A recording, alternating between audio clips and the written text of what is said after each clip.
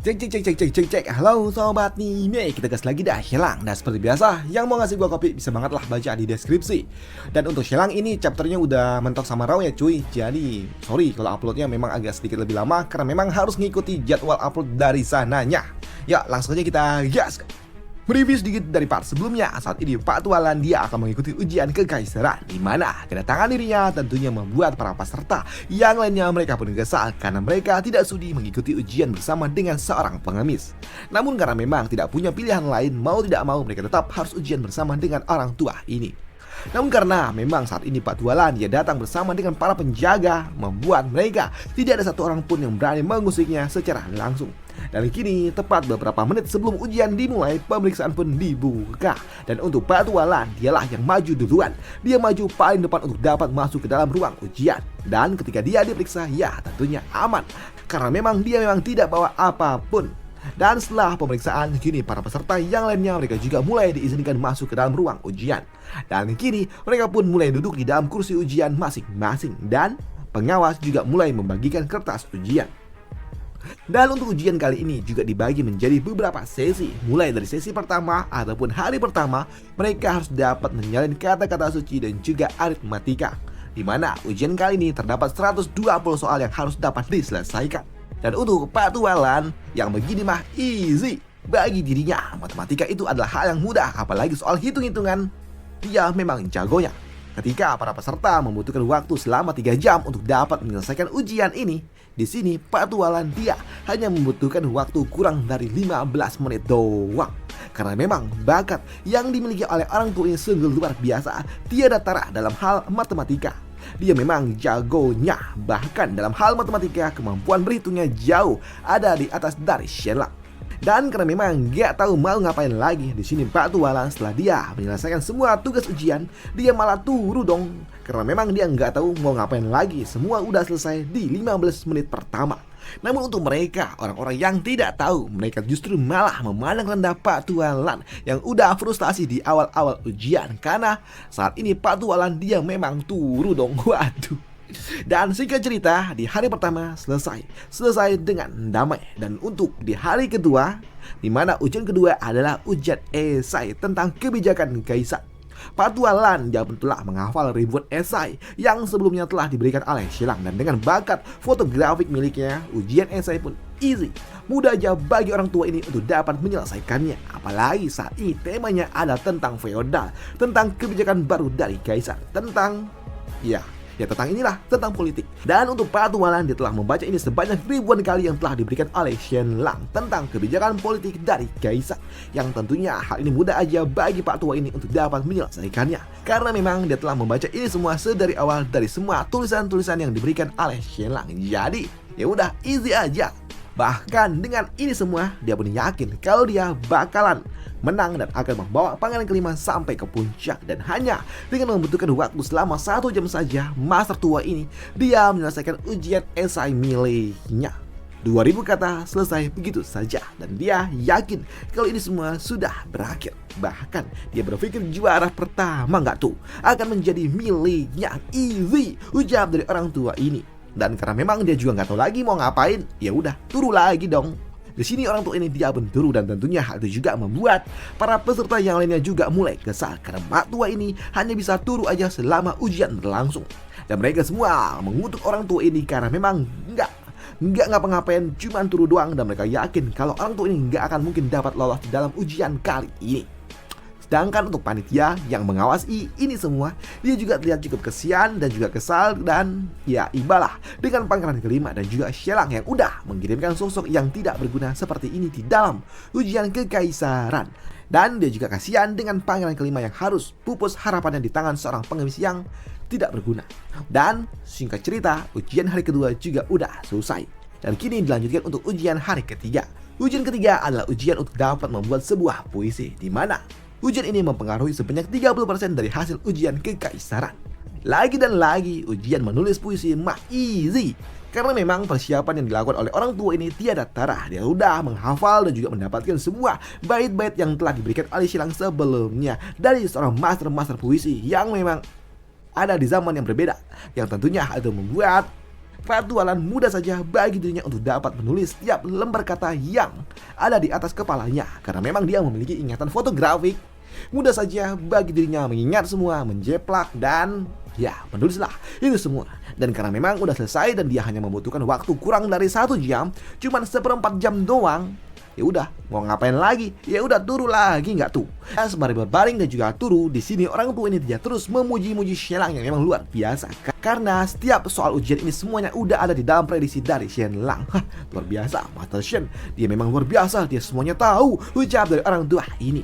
Namun untuk panitia lagi dan lagi mereka pun mengutuk Pak Tua ini yang memang nggak tahu ngapa-ngapain, cuman taunya tidur doang. Dan singkat cerita, ujian kekaisaran pun pada akhirnya udah selesai. Dan untuk hasil ujian mereka juga langsung disegel di dalam sebuah amplop coklat. Dan orang-orang juga mulai bercerita sembari keluar dan juga mengutuk Pak Tualan yang selama ujian hanya turu doang.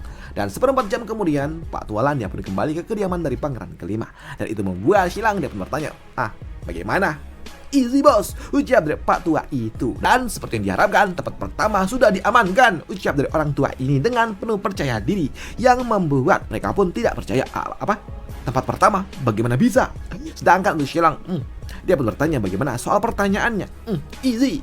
Aku membuat semua esai tentang sistem feodal dan juga membuat sebuah puisi berjudul Angsa di Musim Gugur, yang membuat Shenlang dia pun dapat menebak soal ujian apa yang keluar di dalam ujian kekaisaran, yang membuat dirinya pun tidak menyangka kalau ternyata soalnya itu mah mudah, pikir dari Shenlang. Bahkan saat ini Shenlang dapat berpikir kalau sepertinya dirinya memang sangat amat beruntung karena soal ujian yang udah dipelajari oleh Pak Tua ini sebelumnya, pikir dari Shenlang. Dan karena memang dia yakin dengan hasilnya, membuat Shenlang dia pun langsung mengucapkan selamat kepada pangeran kelima kalau kali ini posisi pertama sudah mereka amankan. Dengar itu membuat pangeran kelima dia pun tidak yakin begitu saja dong.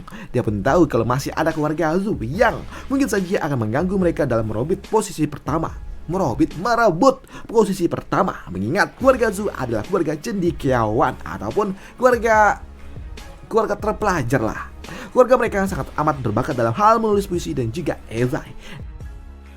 Namun untuk Shenlang dia pun tidak khawatir dan tidak peduli dengan itu semua, karena mau bagaimanapun keluarga Zhu tidak akan mungkin dapat dibandingkan dengan hasil karya yang telah dia berikan. Karena karya yang telah diberikan oleh Shenlang adalah karya yang tiada tara, karya yang udah teruji di zamannya. Jadi di sini Shenlang dia pun yakin kalau dia bakal menang. Dan di sini Shenlang dia juga sadar betul hasil ujian kali ini pasti akan ada di tangan dari kaisar, karena para orang-orang tua itu, para pengawas, mereka pasti bimbang untuk dapat mendukung keluarga Zhu atau menghargai bakat yang sesungguhnya, pikir dari Shenlang. Sedangkan untuk petualan kini dia pun menjunjung tinggi Shenlang yang memang luar biasa, yang dapat memberikan banyak sekali pencerahan dalam hal membuat sebuah karya. Dengan begitu mudah saja bagi dirinya untuk dapat menyelesaikan ujian ini. Yosh, tentu saja sambut dari Shenlang. Kau memang berbakat petualan, hanya saja bagaimana mungkin bakat yang kau miliki dapat dibandingkan dengan bakat yang aku miliki. Ucap dari Shenlang. Dan selama petualan terus memuji Shenlang, di sini juga Shenlang dia terus menyombongkan bakat yang dia miliki pula. Makin dipuji makin melambung. Sedangkan di sudut lainnya saat ini untuk para panitia mereka sedang lembur. Mereka kerja keras bagi kuda untuk dapat menulis dan juga menilai hasil ujian kekaisaran kali ini.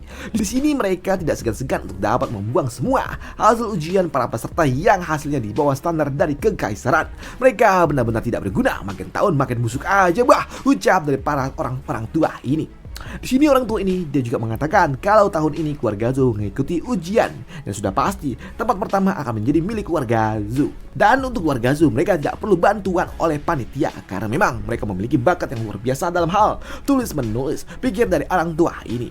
Bahkan jika keluarga Zhu tidak menang, mungkin saja orang-orang mulai berpikir kalau mereka bersikap tidak adil untuk keluarga Zhu, saking memang terkenalnya keluarga Zhu dalam hal tulis menulis esai dan esai.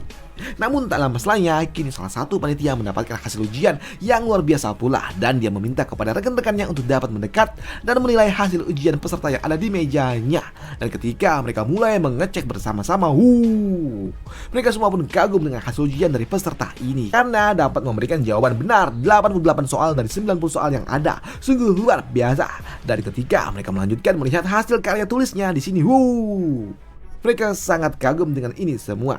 Bagaimana mungkin seseorang dengan usia 17 tahun dapat menulis seperti ini? Ucap dari mereka. Karena mereka tahu ini adalah kertas ujian yang dimiliki oleh bocah dari keluarga Zu. Sungguh luar biasa. Di sini mereka juga menilai tulisan karya puisinya sungguh luar biasa, dan mereka mulai meliri dengan Pak Tua yang memeriksa hasil ujian dari keluarga Zu. Sungguh sangat beruntung dapat menilai langsung kertas ujian dari tuan muda keluarga Zu. Andai saja kau malah mendapatkan hasil ujian dari Pak Tualan, sungguh apesnya dirimu, ucap dari para panitia itu. Dan hal ini pun cukup wajar jika mereka berkata seperti itu, karena memang Pak Tualan di mata mereka semua hanyalah tukang tidur selama ujian berlangsung. Namun untuk orang-orang tua ini, mereka juga tahu kalau Kaisar pasti akan sadar dan mengetahui apa yang terjadi dalam ujian ini, dan pasti dia akan marah tentang apa yang telah terjadi dengan Pak Tualan yang turu doang selama ujian berlangsung. Dan Shilang, kau benar-benar membuat Kaisar kecewa kali ini, ucap dari orang tua ini. Sedangkan di sudut lainnya, saat ini untuk Kaisar, dia terlihat sangat marah ketika dia mendapatkan sebuah kabar kalau Pak Tualan selama ujian dia cuma turut doang. Apa-apaan ini? Setelah ujian ini selesai, bawakan hasil ujian yang dia miliki. Jika saja hasil ujiannya kosong, maka segera singkirkan dia, ucap dari Kaisar. Di sini Kaisar dia pun sangat marah, bukan karena Shilang doang yang telah mengirimkan seorang pengemis, tapi saat ini juga negosiasi dengan kerajaan Chu juga tidak berjalan dengan lancar. Bahkan saat ini Kekaisaran Chu justru malah meminta ganti rugi kepada mereka, yang tentunya membuat Kaisar dia pun benar-benar marah. Dia meminta kepada utusan untuk meminta ganti rugi sebanyak 500.000 koin emas kepada utusan dari kerajaan Chu. Dan ini adalah harga terakhir yang dapat diberikan oleh Kekaisaran Yue. Dan sekarang pergi dan lihat hasil ujian itu. Dan jika hasilnya kosong, seperti yang aku katakan sebelumnya, singkirkan dia, ucap dari Kaisar. Dan benar saja, sesaat kemudian Kasih Istana pun datang, pergi bertanya apakah ada sebuah kertas kosong selama ujian. Namun sayangnya belum ada, sambut dari seorang pengawas. Dan untuk para pengawas, mereka juga lembur bagai kuda. Mereka tetap memeriksa hasil ujian semalam suntuk, karena hasil ujian akan diumumkan di esok paginya. Dan di tengah-tengah malam, di jam 3 pagi, seorang pengawas pun yang udah ngantuk kagak tahan lagi nih.